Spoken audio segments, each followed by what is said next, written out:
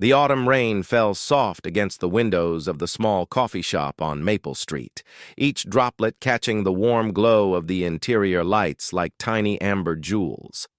Inside, Marcus Reed sat alone at a corner table, his hands wrapped around a cup of coffee that had long gone cold. He was a small man, standing just 3 feet 9 inches tall, with kind eyes that carried the weight of 1,000 worries and a smile that he'd learned to wear even when his heart was breaking. He checked his phone for the 14th time in the past hour. The screen showed a cheerful cartoon birthday cake, a reminder he'd set weeks ago, though he needed no such thing. In 7 days, his daughter Emma would turn 8 years old. 8 years of scraped knees and bedtime stories, of tea parties with stuffed animals and lullabies sung in a voice that cracked with love. 8 years of being both mother and father to a little girl who deserved the world but had received mostly his best attempts at giving it to her. Marcus ran his thumb over the screen, looking at Emma's smiling face in his wallpaper photo. She had his dark curls but her mother's green eyes that haunted him with their absence. Sarah had left when Emma was barely 6 months old, unable to reconcile the life she'd imagined with the reality of their situation. She'd looked at him one morning, really looked at him, and he'd seen something die in her expression. By evening, she was gone. The coffee shop door chimed, and Marcus glanced up out of habit. A woman stood in the entrance, shaking rain from her dark hair, her cheeks flushed from the cold. She was tall, with an elegant bearing that spoke of someone who moved through the world with confidence. Her eyes swept the room, landing briefly on Marcus before moving on. He was used to that, the quick glance, the polite dismissal. He'd become invisible in the way that people who didn't fit expected molds often became. But then something unexpected happened. The woman's gaze returned to him, and she smiled. Not the tight, uncomfortable smile he usually received, but something genuine. She approached his table. "Excuse me," she said, her voice carrying a hint of an accent he couldn't quite place. "I know this is strange, but all the other tables are taken, and I really need to sit down. Would you mind if I joined you?" Marcus looked around. The coffee shop was perhaps half full. She was lying, and they both knew it. But there was something in her eyes, a sadness, perhaps, or a loneliness that matched his own, that made him nod and gesture to the empty chair across from him. "Please," he said simply. She sat, setting down a bag that looked expensive, and a phone that immediately began buzzing with notifications she ignored. Up close, Marcus could see the exhaustion etched in the fine lines around her eyes, the way her hands trembled slightly as she wrapped them around her own coffee cup. "I'm Olivia," she said after a moment. "Olivia Chen." "Marcus Reed." They sat in silence for a while, and strangely, it wasn't uncomfortable. The rain continued its gentle percussion against the windows. Someone laughed at a nearby table. The espresso machine hissed and gurgled behind the counter. Normal sounds of a normal afternoon, yet somehow the moment felt suspended, separate from the ordinary flow of time. "You look like someone with something heavy on their mind," Olivia said finally, her dark eyes studying him with an openness that surprised him. "I recognize the expression. I've been wearing it myself lately." Marcus found himself wanting to talk, to share the burden he'd been carrying alone for so long. Maybe it was because she was a stranger, someone who didn't know his story, who hadn't already formed judgments. Maybe it was just that he was tired of pretending everything was fine. "My daughter's birthday is in 7 days, he began, his voice quiet. "She's turning 8, and all she wants is what every other kid wants. A normal party with both parents there. But her mother left us when she was a baby. It's just been me and Emma ever since." Olivia leaned forward slightly, her attention complete. "That must be incredibly difficult. Emma's been asking questions lately. About her mom, about why we're different from other families. At school, they're doing this family tree project, and she's the only one without a mother in the picture. The other kids have started to notice. Children can be... He trailed off, not wanting to speak the cruelty aloud. Cruel, Olivia finished for him. Children can be cruel. Marcus nodded. She tries to hide it, but I can see it's eating at her. She started pretending she has a mother who's just away on business. She's created this whole elaborate story, and for her birthday, all she wants is for that story to be true, even just for a day. She wants a mother to show up. She wants to be normal. The words hung in the air between them. Marcus immediately regretted his honesty. What was he doing, pouring his heart out to a complete stranger? But when he looked up, he found no pity in Olivia's eyes. Instead, there was understanding. I lost my family 2 years ago, Olivia said quietly. Car accident. My husband and my son. They were on their way to pick me up from the airport, and a drunk driver ran a red light. Her voice was steady, but Marcus could hear the careful control it required. I've spent the past 2 years burying myself in work, pretending I'm fine, pretending the empty apartment I go home to every night isn't slowly suffocating me. Marcus reached across the table instinctively, placing his small hand near hers, not touching, just offering presence. I'm so sorry.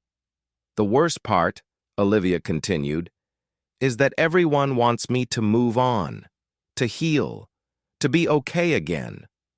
But I don't know how to do that. I don't know who I am without them. So I just keep going through the motions, day after day, pretending to be a person who's living instead of just existing. They sat together in their shared grief. Two wounded souls who'd found each other by chance in a half-empty coffee shop on a rainy afternoon. Outside, the world rushed by, people hurrying through the rain to their warm homes and waiting families. Inside, time seemed to slow. It was Marcus who broke the silence, and even as the words left his mouth, he couldn't believe he was saying them. I know this is going to sound insane. Actually, it is insane, and you should probably call security or something, but I'm going to say it anyway because I'm desperate and out of options. Olivia tilted her head, curious. Marcus took a deep breath. Would you consider pretending to be my wife for 7 days? Just until Emma's birthday is over. I know how it sounds. I know I'm a stranger, and this is probably the most inappropriate thing I've ever asked anyone. But you said you've been just going through the motions, just existing. Maybe this could be, I don't know, something different, something that matters, even if it's just pretend. He expected her to stand up and leave, to laugh in his face or look at him with disgust. Instead, Olivia stared at him with an expression he couldn't read, her fingers tightening around her coffee cup. 7 days, she repeated. 7 days. You'd stay at our apartment. Emma would believe you're her mother, home from a long trip. We'd do family things, dinners, homework, bedtime stories. Then we'd have her birthday party, and after that, you could go back to your life. I'd pay you, of course. Whatever you think is fair. I have some savings. Stop, Olivia said, holding up a hand. This is crazy. You know that, right? This is absolutely crazy. I know. I could be anyone, a criminal, a crazy person. You're talking about bringing me into your home, around your daughter. Are you? Any of those things? No, but you don't know that. You're right. I don't.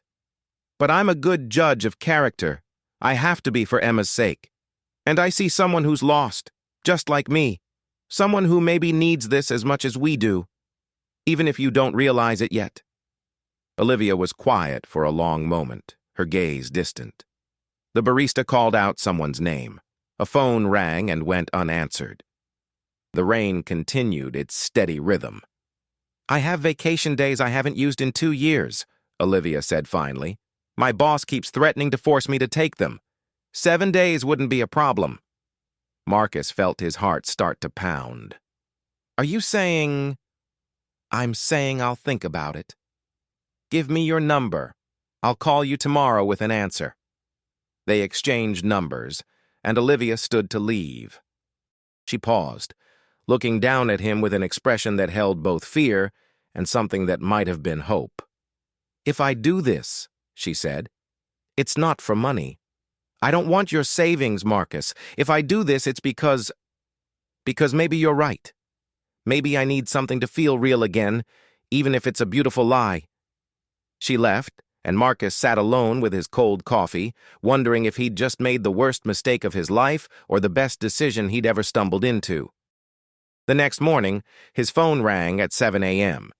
He was making Emma breakfast, chocolate chip pancakes shaped like stars, because Emma had declared that regular round pancakes were boring. "I'll do it," Olivia said without preamble. "But we need rules, boundaries, and we need to get our story straight before I meet Emma. Can you meet me this afternoon?" Marcus agreed, his hand shaking as he ended the call. Emma bounced into the kitchen, her dark curls a wild halo around her face, still wearing her dinosaur pajamas. "Who was that, Daddy?" Marcus knelt down to her level, which wasn't far for him, and smiled. "That, sweetheart, was someone very special. How would you feel if I told you that your mama is coming home?" Emma's eyes went wide, green as summer grass. "Really? My real mama?" The lie tasted bitter, but Marcus pushed forward. "Really. She's been away for a very long time, working far away. But she's ready to come home now. She'll be here tomorrow." Emma threw her arms around his neck, nearly knocking him over with the force of her joy. "I knew it! I knew she'd come back. Wait until I tell everyone at school." Marcus held his daughter, feeling the weight of what he'd set in motion. 7 days. 7 days to give her the gift of normalcy, of a complete family, even if it was built on a foundation of lies. 7 days to make memories that would have to last a lifetime. That afternoon, Marcus met Olivia at a park near his apartment. She arrived with a notebook, looking every bit the corporate professional she apparently was. They sat on a bench while Emma was at school, and Olivia began asking questions with the precision of someone used to managing complex projects. "What's my backstory? Where have I been all this time?" Marcus had thought about this. "You're a wildlife photographer. You've been on assignment in remote locations, Africa, South America, places where communication is difficult. That's why you haven't been around. Emma's seen pictures of animals from magazines I've bought, so she'll believe it." "Okay. And our story? How did we meet?" "College. We were young and in love. Emma was a surprise, but a welcome one. You left not because you didn't love us, but because you were struggling with postpartum depression and felt you weren't being a good mother. You needed time to heal and find yourself." Olivia nodded, writing notes. "That's actually believable, and kinder than most stories would be." They spent 2 hours going over details. Emma's favorite foods, her bedtime routines, her fears and dreams. Marcus found himself revealing his daughter's entire life to this stranger, and Olivia absorbed it all with a focus that surprised him. "Why are you really doing this?" Marcus asked as their meeting wound down. "Be honest." Olivia was quiet for a moment, watching some children play on the swings in the distance. "You were right at the coffee shop. I've been existing, not living, going through motions. And I realized something when you asked me to do this crazy thing. I can't remember the last time I felt needed, wanted. When my family died, I became this object of pity. People tiptoe around me. They don't need me for anything real. They just feel obligated to check in.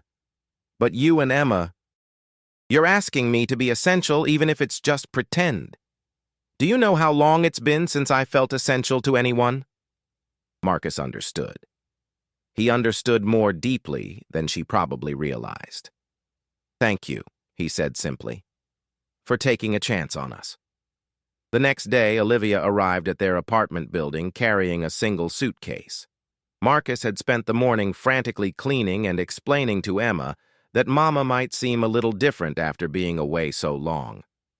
"People change, sweetheart," he said, hoping she wouldn't look too closely at the inconsistencies. "And she might be shy at first, We need to be patient with her." When the doorbell rang, Emma practically vibrated with excitement. Marcus opened the door, and there stood Olivia, looking nervous and determined in equal measure. She'd dressed casually, jeans and a soft sweater, and had pulled her hair back in a simple ponytail. She looked less like the polished professional from the coffee shop and more like someone's mother. "Hi," she said softly, her eyes going to Emma. Emma stared at her, suddenly shy herself. Marcus's heart clenched. This was the moment where it could all fall apart. "Mama?" Emma whispered. Olivia knelt down, bringing herself to Emma's eye level, and Marcus saw tears gathering in her eyes. Real tears, not fabricated for show. "Hi, baby girl. I'm so sorry I've been gone so long. I missed you so much." Emma launched herself forward, wrapping her arms around Olivia's neck. Olivia caught her, holding tight, and over Emma's shoulder her eyes met Marcus's. In that moment, something passed between them, an understanding, an acknowledgement of the gravity of what they were doing. The first day was awkward. Emma stuck close to Olivia, shy but thrilled, asking a million questions that Olivia answered with a creativity that impressed Marcus. She showed Emma her phone, filled with photos she'd quickly downloaded of African wildlife and South American rainforests, spinning stories of her adventures. "I saw elephants in Kenya," Olivia said as they sat together on the couch after dinner. "A whole family of them, walking across the plains at sunset. The babies stayed close to their mothers, and the mothers protected them with their lives. It made me think of you every single day." Marcus watched from the kitchen as Emma absorbed every word, starving for the maternal presence she'd never known. His heart ached with the beauty and tragedy of it all. That night, after Emma finally fell asleep, Marcus and Olivia sat in the small living room, the apartment quiet except for the distant sounds of the city outside. "She's wonderful," Olivia said, her voice thick with emotion. "Marcus, she's absolutely wonderful." "She is. And you were amazing today." "I know it couldn't have been easy." Olivia wiped at her eyes. "It was easier than I expected, and harder. When she hugged me, I felt... God, I felt something I haven't felt in so long, like maybe I could be useful again, like maybe I could matter to someone." "You matter to us already," Marcus said quietly. "More than you know." The days that followed took on a rhythm that felt increasingly natural. Olivia proved to be a natural with Emma, helping with homework at the small kitchen table, her patience endless as Emma struggled with math problems. She braided Emma's hair in the mornings, her fingers remembering the motions from the son she'd lost. She read bedtime stories with character voices that made Emma giggle uncontrollably, and Marcus watched it all, feeling his heart crack open in ways both painful and beautiful. He watched Olivia come alive, bit by bit, the exhaustion in her eyes gradually replaced by something that looked like purpose. He watched Emma blossom under the attention, her confidence growing, her smile brighter than he'd seen it in months. On the third day, Emma asked if they could all go to the park together. "Like a real family," she specified, her hand in Olivia's as they walked down the street. At the park, Marcus pushed Emma on the swings while Olivia watched, laughing at Emma's demands to go higher, higher. They had a picnic on the grass, sharing sandwiches and apple slices, and Emma chattered about school and her friends and her upcoming birthday party. "Everyone's going to come," Emma said excitedly. "All my classmates, even the ones who sometimes aren't nice to me, because now I have a mama and a daddy, just like everyone else." Marcus and Olivia exchanged glances over Emma's head. The weight of what would happen after the party, after the 7 days ended, pressed down on them both. That evening, after Emma was asleep, Marcus found Olivia standing in the small balcony of his apartment, looking out at the city lights. "Having second thoughts?" he asked gently, joining her in the cool night air. "Third thoughts, fourth thoughts, 100th thoughts," Olivia admitted. "Marcus, what are we going to tell her?" After the party, I mean. We're giving her this beautiful dream, but then we're going to rip it away. Isn't that crueler than never having it at all? I don't know, Marcus said honestly. I've been asking myself the same thing every night. But then I see her face, and I think, at least she'll have these memories. At least she'll know for 7 days what it felt like to have a mother who loved her. Maybe that's enough. Maybe it has to be enough. I'm not pretending anymore, Olivia said suddenly, turning to face him. The love I feel for her, that's real. The joy I get from braiding her hair and reading her stories and watching her face light up, that's real. I thought this would be play acting, but it's not. I care about her, Marcus. I care about both of you. Marcus felt something shift in his chest. We care about you, too. They stood together in the darkness, the city humming below them, both of them terrified of what they'd gotten themselves into and unwilling to stop. The 5th day brought a challenge neither of them had anticipated. Emma came home from school crying, her face red and blotchy, her small body shaking with sobs. What happened, baby? Olivia asked, immediately pulling Emma into her arms, looking to Marcus with frightened eyes. Tommy, Emma hiccuped. Tommy said you're not my real mama. He said his mom told him that my mama left and never came back, and that you're just some lady my daddy paid to pretend. Marcus felt the blood drain from his face. Tommy's mother was one of the neighborhood gossips, someone who'd made it her business to know everyone else's business. Of course she'd noticed a new woman in his apartment. Of course she'd drawn conclusions and spread them to her son. Tommy's mean, Olivia said firmly, tilting Emma's face up to look at her. And he's wrong. Look at me, sweetheart. I am here. I am real. And the love I have for you is the most real thing in my life right now. But you were gone for so long, Emma said, her voice small and broken. If you really loved me, why did you leave? Olivia looked at Marcus, and he saw the same terror in her eyes that he felt in his heart. This was the moment. They could either double down on the lie or start preparing Emma for the truth. Olivia made the choice. Come sit with me, Emma. You too, Marcus. I need to tell you both something important. They sat together on the couch, Emma between them, and Olivia took a deep breath. The truth is, I did leave. And it wasn't because I didn't love you. It was because I was sick. Sick in a way that's hard to explain to someone your age. After you were born, my mind started telling me scary things. It told me I was a bad mother, that I was hurting you just by being around. It told me you'd be better off without me.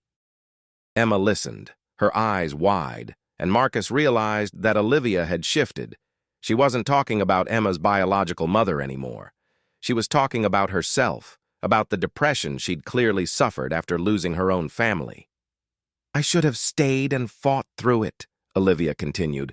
I should have asked for help, but I was scared, and I made a choice that hurt all of us.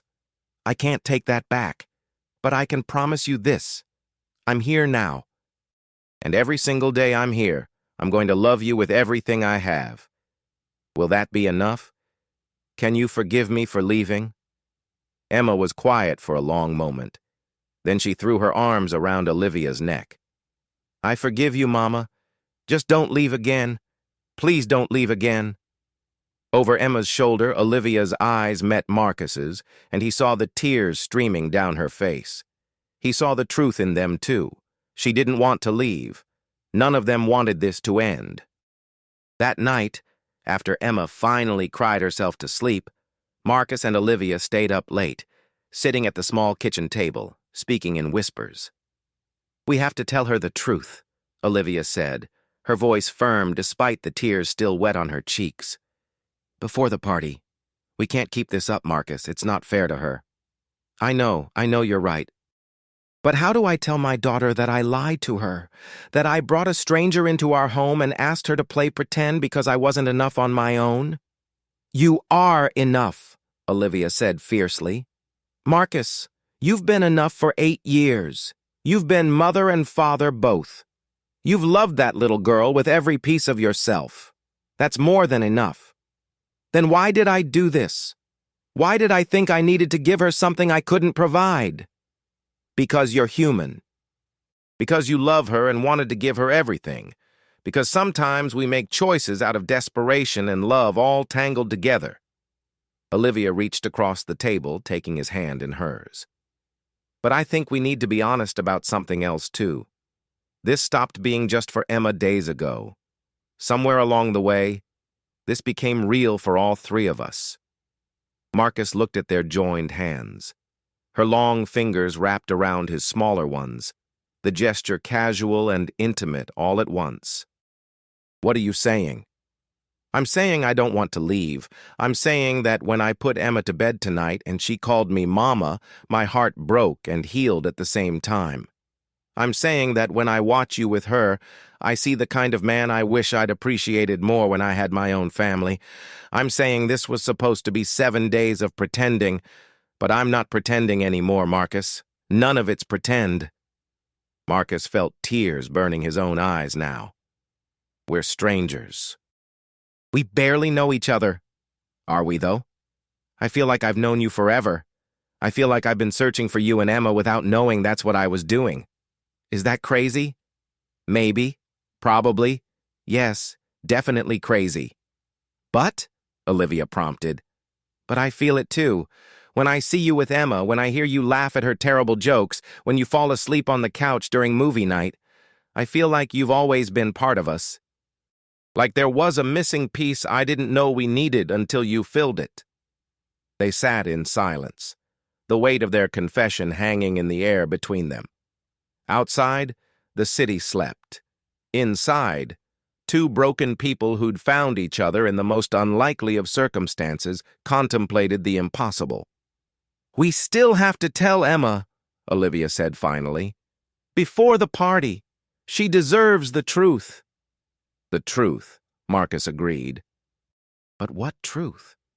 That you're not her biological mother? That we met 6 days ago? That we've been lying to her?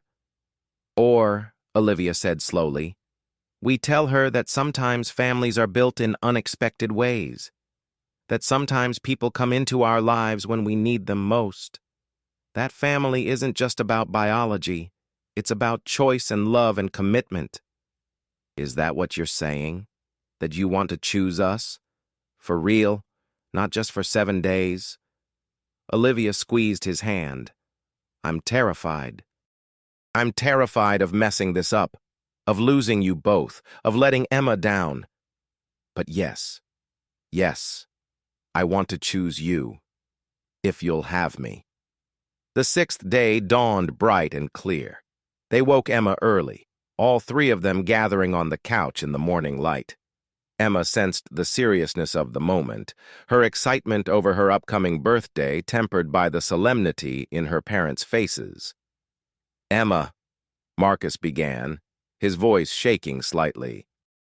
Olivia and I need to talk to you about something important. It's about the truth, the real truth. Emma's face fell. You're leaving again, aren't you, Mama? No, Olivia said firmly, not if you don't want me to. But you need to know the whole story first, so you can make that choice. Together, they told her. Not every detail. Not the part about the coffee shop meeting or the desperate plea, but enough. They explained that Olivia wasn't the mother who'd left when Emma was a baby.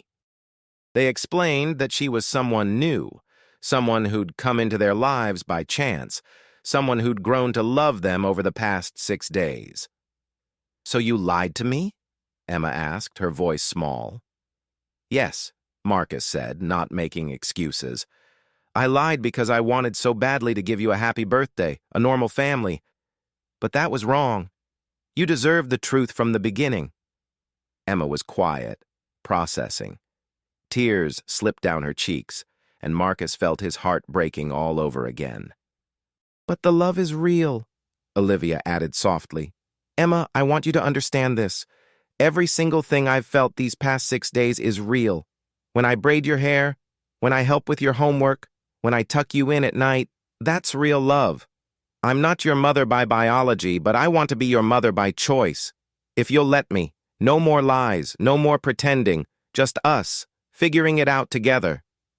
Emma looked between them, her 8-year-old mind wrestling with complex adult concepts. "So you didn't come back, you just came." "Yes," Olivia said. "I just came, but I want to stay. Is that okay with you?" Emma was quiet for what felt like an eternity. Then, in a voice that was heartbreakingly mature for her age, she said, "Tommy was right about one thing. You're not my real mama, not the one who had me. But maybe that doesn't matter. Maybe what matters is that you're here now. Maybe what matters is that you want to be here." She climbed into Olivia's lap, and Olivia wrapped her arms around her, tears streaming freely now. Marcus joined them, his arms encircling both of his girls, and they stayed that way for a long time, the three of them tangled together, building something new from the pieces of what had been broken. The birthday party was the next day, and it was beautiful chaos. Children ran through their small apartment, hopped up on sugar and excitement.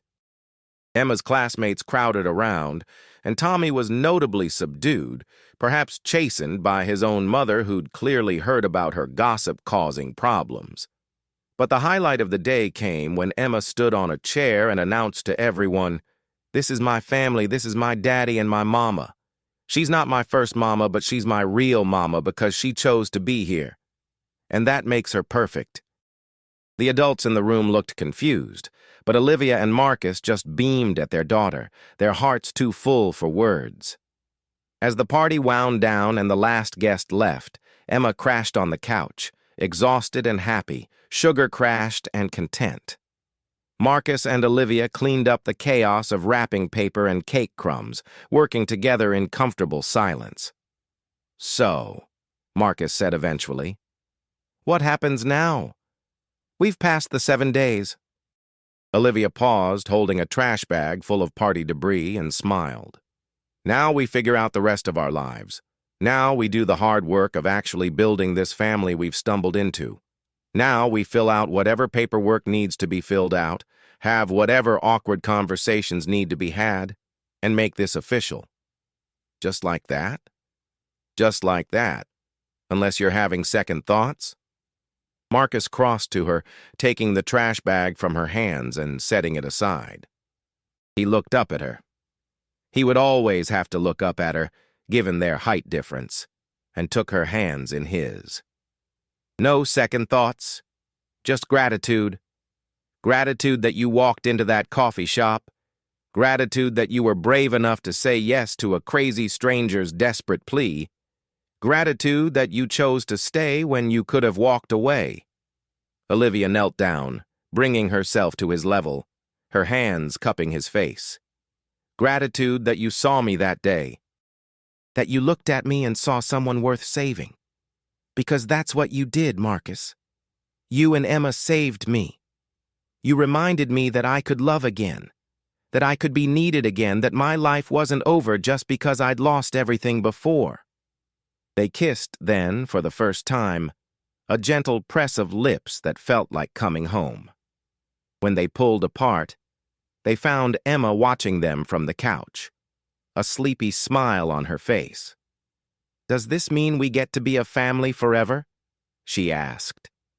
"If that's okay with you," Olivia said. "It's perfect," Emma replied, and drifted back to sleep. 6 months later, the adoption papers were finalized. Olivia legally became Emma's mother, and somewhere along the way, she and Marcus had fallen completely in love with each other. Not the desperate, grasping love of two broken people clinging to life rafts, but the deep, steady love of two people who'd chosen each other, who'd built something beautiful from the ashes of their separate tragedies. They moved to a bigger apartment, one with space for Emma's growing collection of books and Olivia's photography equipment. Marcus continued his work as an accountant from home, and Olivia reduced her corporate hours, finding balance between her career and her family. Emma thrived, her confidence growing daily. She still faced the occasional cruel comment about her unusual family, But she'd learned to stand tall and proud, to correct anyone who questioned whether her family was real. And on quiet evenings, when Emma was asleep and the city hummed outside their windows, Marcus and Olivia would sit together and marvel at the impossible series of events that had brought them together. A chance meeting in a coffee shop, a desperate plea, 7 days that had changed all their lives. "Do you ever regret it?" Marcus asked one night. "Taking a chance on us?" Olivia pulled him close, pressing a kiss to his forehead. "Not for a single second. You two gave me back my life. You gave me a reason to wake up in the morning, a reason to laugh again. You gave me a family when I thought I'd never have one again." "We're the ones who should be grateful. You're everything Emma needs. Everything I need." "We needed each other," Olivia said simply, "and we were brave enough to take a chance on love, even when it came in the most unexpected package. That's the real miracle here." They sat together in the quiet darkness, two people who'd been lost and found each other, who'd built a family from hope and healing, who'd proved that sometimes the most beautiful things in life come from the most desperate moments. Outside, the city continued its endless rhythm. Inside, a small family slept, secure in the love they'd chosen, the bonds they'd built, the future they were creating together, one day at a time. Hey, if this story touched your heart in any way, I'd love to hear from you down in the comments. Tell me where you're watching from and what moment hit you the hardest. Was it when Marcus first asked Olivia for help? When Emma found out the truth? Or maybe when this unexpected family finally became real? Your thoughts mean the world to me. And if you felt something while reading this story, please don't forget to give it a like. It really helps me continue bringing these emotional journeys to you. Thank you for being here, for feeling alongside these characters, for believing that love can find us in the most unexpected places.